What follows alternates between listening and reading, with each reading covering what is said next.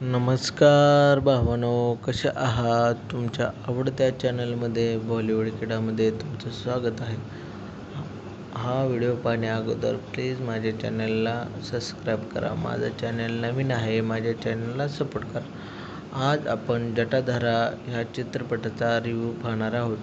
जटाधारा चित्रपटाची अनेकांनी चांगल्या प्रकारे प्रसिद्धी केलेली आहे, ज्यामध्ये या चित्रपटामध्ये असे दाखवलेले आहे की विज्ञान, गूढ आणि श्रद्धा यांचा संगम दाखवलेला आहे. तर काही चित्रपट दिशाहीन आणि कमकुवत असल्याचे असे बोलत आहेत.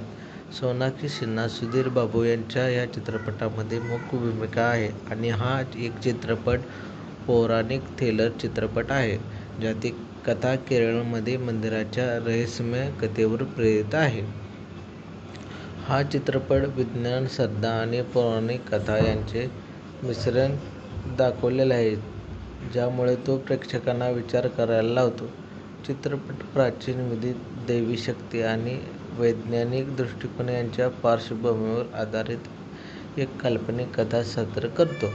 काही समीक्षकांच्या मते चित्रपटातील व्हिज्युअल इफेक्ट्स आणि ॲक्शन चांगले आहेत.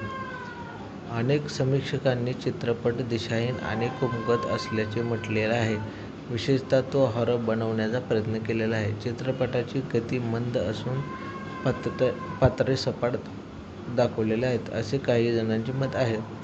संवाद विचित्र आणि अनावश्यक वाटतात, ज्यात बुद्धी आणि भावनिक खोलीचा अभाव आहे, असेही काही समीक्षकांना वाटत आहे.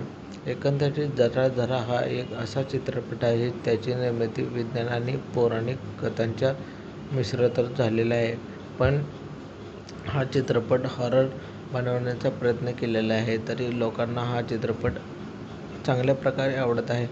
आणि सोनाक्षी सिन्हाचा हा हॉरर चित्रपट आवडत असेल तर तुम्ही हा चित्रपट पाहण्यासाठी प्लीज चित्रपटगृहामध्ये जावं आणि ह्याचा आनंद घ्यावा. हा चित्रपट हॉरर बनवलेला आहे, तरी हा चित्रपट ॲक्टिंगच्या बाबतीत सोनाक्षीनेच ह्या चित्रपटामध्ये ॲक्टिंग चांगली केलेली आहे आणि हा चित्रपट लोकांना आवडत आहे.